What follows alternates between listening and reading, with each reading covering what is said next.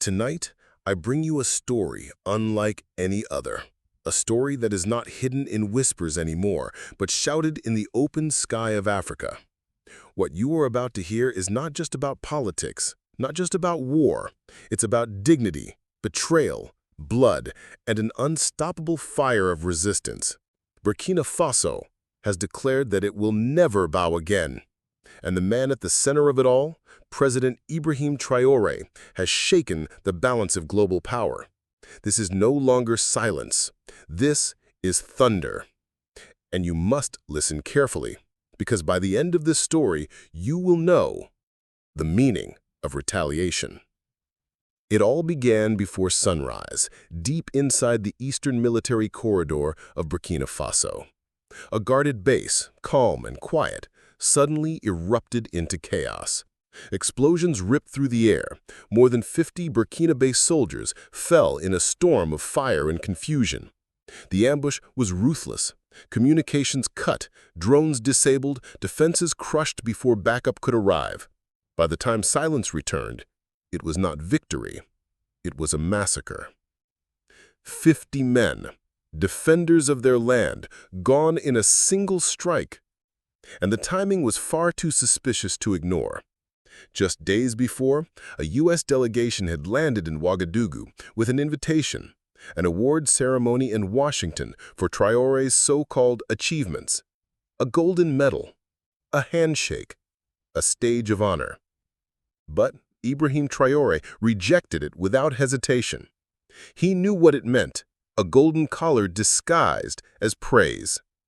He did not bend, he did not kneel. And within the same week, 50 of his soldiers were dead. The whispers began immediately. Whispers that grew into a roar across the streets of Ouagadougou. This is no coincidence. This is punishment. The nation responded. The funerals were not silent. Across Burkina Faso, schools closed, flags lowered, and posters of the fallen were raised across city walls. But this was not only mourning. It was a vow. Traoré stood not just as president, but as soldier, placing himself among the families of the dead. And while tears filled the eyes of widows and children, his own mind was already calculating, never again. Somewhere hidden in the capital, inside what was once a modest repair facility, a secret was being forged. A new weapons manufacturing plant, Burkina owned, Burkina run. Engineers, many of them young graduates who had once built bridges and machines, were now designing something else. Drones. Not imported, not donated, built with their own hands. For the first time in its history, Burkina Faso was making weapons of retaliation. Allies arrived. But Traoré did not stand alone. Within 48 hours of the massacre, Russian special forces landed, not as invaders, but as allies. Together with Burkina-based soldiers, they began joint drills, drone warfare, border defense, anti-terrorist simulations. This was no rented army, no mercenary force. These were instructors, advisors, and brothers in arms building a self-reliant defense system. Traoré's message was becoming clear. We will not beg, we will not outsource our survival. We will build and we will fight. The surge of unity. And then something extraordinary happened. Instead of fear spreading, enlistment surged. From the northern deserts to the southern fields, young men and women volunteered for service. Communities offered their land as training grounds, their food as rations. Farmers handed rifles to soldiers with pride. Elders offered their blessings. The entire country was transforming into one body, one heartbeat, one army. Operation Culpelego was announced, Burkina Faso's new national defense doctrine. It was not just about soldiers, it was about citizens. Everyone trained, everyone prepared. Civilian defense, fortified borders, AI surveillance, and drone fleets, all designed to ensure that never again would Burkina Faso be caught unprepared. The spirit of resistance. But the resistance was not only military. Across towns and villages, cultural warriors awakened. Blacksmiths forged blades, hunters offered their knowledge of the land, musicians turned grief into war songs, and painters covered city walls with the faces of martyrs. Even children planted trees, one for each fallen soldier, their roots carrying the blood of heroes into the future. Priests, pastors, and imams united in prayer. Traditional warriors stood shoulder to shoulder with modern troops. The unity was unprecedented. The word that echoed everywhere was not fear, but retaliation. And Ibrahim Traoré, he did not hide in palaces or speak from balconies. He walked among the people. He listened. He stood with them. He cried with them.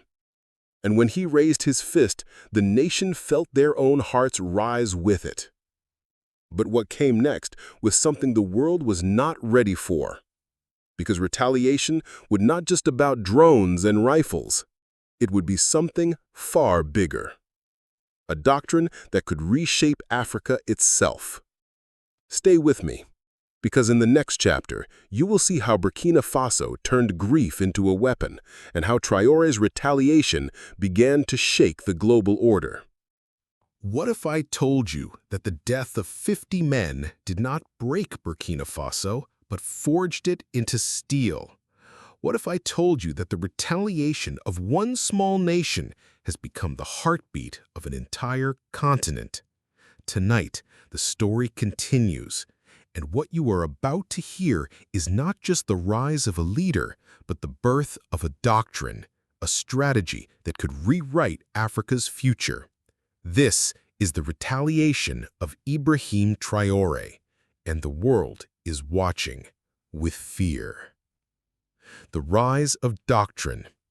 In the days following the ambush, something remarkable unfolded. Burkina Faso was no longer seen as a victim. It was seen as the front line of Africa's survival. Russian advisors and Burkinabe generals began working together to craft what is now being whispered across the Sahel, the African doctrine of retaliation. It had 3 pillars: total self-reliance in defense, no begging, no foreign bases, build what we need, train who we need. Strategic disruption, counter external attacks not only with weapons, but economically, digitally, diplomatically. Civic militarization. Every citizen is a soldier in mindset, in vigilance, in sacrifice. This was not just war strategy, this was ideology, a cultural revolution, a mental shift that said, we will never kneel again. The regional alliance. Across dusty runways of Ouagadougou, Russian military planes continued to land, bringing advisors, technology, and experience. But it was not just Russia. Burkina Faso, Mali, and Niger formed what they now call the Wall of Resistance. Intelligence shared, troops rotated, strategies synchronized. The Sahel was no longer a collection of fragile states. It was a fortress. Murals began appearing across cities, depicting soldiers of Burkina Faso, Mali, and Niger under one flag: red, gold, and black. A flag of unity, struggle, and defiance. For the first time, Africans were not portrayed as divided, but as brothers in arms. The global response. And the West? Panic. Think tanks in Washington rushed to publish emergency reports. Media outlets shifted their tone, no longer calling Traoré young and energetic, but now branding him radical, dangerous, defiant. French newspapers dug for flaws in his governance, questioning his economy, his alliances, even his age. But they forgot to ask the most important question: why do millions of Africans love him? Diplomats from NATO countries quietly requested meetings, offering aid and cooperation if only Burkina Faso would shift its alliances. But Traoré's answer was clear: Burkina Faso is not for sale. Economic retaliation. While preparing militarily, Traoré also turned to economics. He began discussions with Mali and Niger to launch a new Sahelian currency, backed by gold. He ordered a review of all foreign-owned infrastructure contracts. He cut $300 million once reserved for foreign aid projects and redirected it into national defense innovation. Burkina Faso was no longer a beggar, it was a builder. The people's spirit. Inside the country, the people moved with a spirit the world had not seen in generations.